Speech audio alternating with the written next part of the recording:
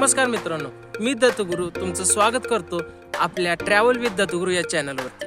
मित्रांनो, आज आपला प्रवास असणार आहे इचलकरंजी दर्शनाचा। नमस्कार मित्रांनो, आज आपण अशा शहरात आलोय ज्याला महाराष्ट्राचे मँचेस्टर म्हटले जाते आणि वस्त्रनगरी असं सुद्धा म्हटले जाते। तर आपण सगळ्यात पहिल्यांदा आलो आहे छत्रपती शिवाजी महाराज यांच्या पुतळ्याजवळ। महाराजांच्या पुतळ्याची स्थापना 12 ऑक्टोबर 1967 रोजी झाली। परत इथं काही बदल घडवून महाराजांच्या पुतळ्याचे परत उद्घाटन 15 ऑक्टोबर 2021 रोजी करण्यात आलं।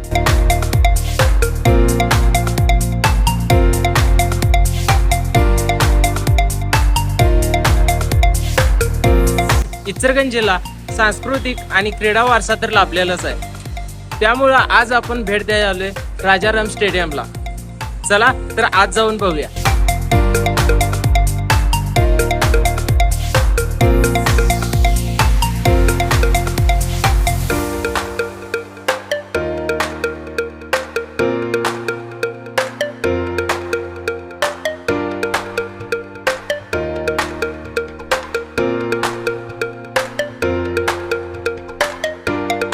इचलकरंजीत फिरण्यासाठी लय ठिकाण आहे, पण इचलकरंजीकरांना आवडणारे ठिकाण म्हणजे ही राणीबाग।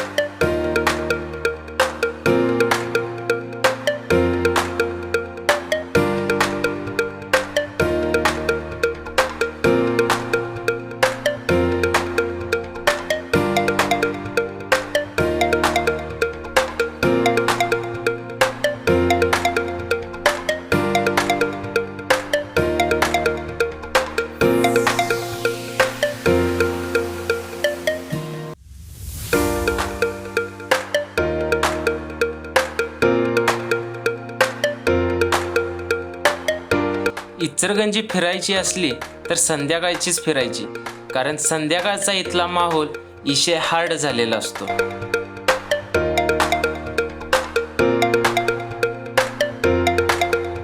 मित्रांनो, आपण आता इचलकरंजीतल्या आणि एका बागेत आले जिचं नाव आहे सुंदर बाग। चला तर आत बघूया सुंदर बाग कशी आहे।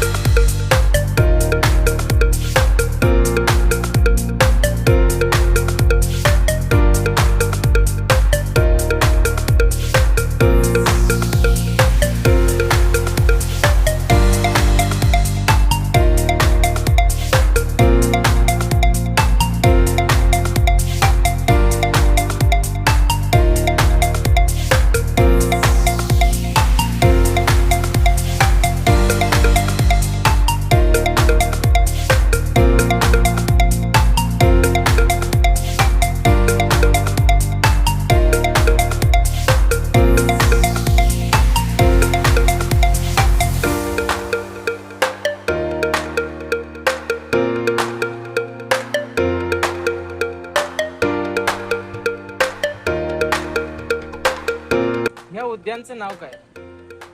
महात्मा गांधी उद्यान। आणि आता सुंदर बाग पण म्हणतात, म्हणजे बाग नंतर झालं त्याचं, आधी महात्मा गांधी उद्यान असं होतं। महात्मा गांधी उद्यान। ही बाग इचलकरंजीत अनेक बाग आहे, मग पहिली कुठली? ती बाग राणीबाग पहिली का ही बाग पहिली? इचलकरंजीतली पहिली बाग सुंदर बाग। सुंदर बाग ही कधी स्थापन झाली? मला वाटतं की 70च्या अगोदरची बाग आहे, 70 वर्षापूर्वीची अगोदरची बाग आहे। ज्यावेळी घोरपडे सरकारने ते स्थापन केले। दादा, ही बाग घोरपडे सरकारांच्या काळातली बाग आहे, मग इथं त्या काळातली अशी इमारत किंवा वास्तू काय आहे का? आहे की. आता पूर्वीच्या काळात ज्यावेळी बगीचा सुरू झाला. पूर्वीच्या काळात सुरुवात घोरपडी सरकारच्या काळात हां त्यावेळी ही पहिली बाग इचलकरंजीची ही पहिली बाग. हां त्या काळात मी सुविधा सांगतो त्यावेळेचा आमचा जन्म नव्हता. हां. आम्हाला जितपत माहिती आहे की बाबा ही जुनी बाल अंगणवाडी ही होती. मागची इमारत जुनी अंगणवाडी. अंगणवाडी आहे. या पूर्वीच्या काळात ही जुनी अंगणवाडी ही महात्मा गांधींचा पुतळा त्या काळात बसलेला पुतळा. हा पुतळा पण त्या काळातलाच आहे का? हो. त्याच्या विक्रीया इमारती हे साईडची MSCB वगैरे आहे. पोलीस स्टेशन पुरवठा कार्यालय हां. त्या जुन्या इमारत. म्हणजे सुंदर बागेच्या साईडला असणारे ज्या इमारती आहेत त्या घोरपडे सरकारांच्या काळातल्या इमारती. आता बागेत आले म्हटल्यावर खायला तर लागणारच. तर मित्रांनो, खाण्यासाठी बागेच्या बाहेरच्या बाजूला वेगवेगळ्या प्रकारचे खाद्यप्रकार मिळतात.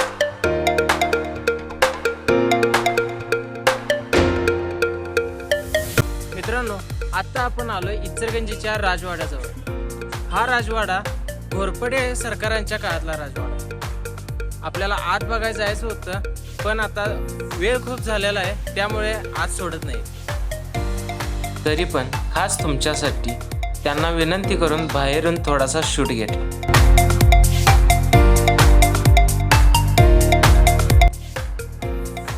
आजचा हा प्रवास आपला इथंच संपत आहे आणि आपल्या पुढच्या ट्रॅव्हलिंगचा व्हिडिओ बघण्यासाठी आपल्या चॅनलला सबस्क्राईब करा.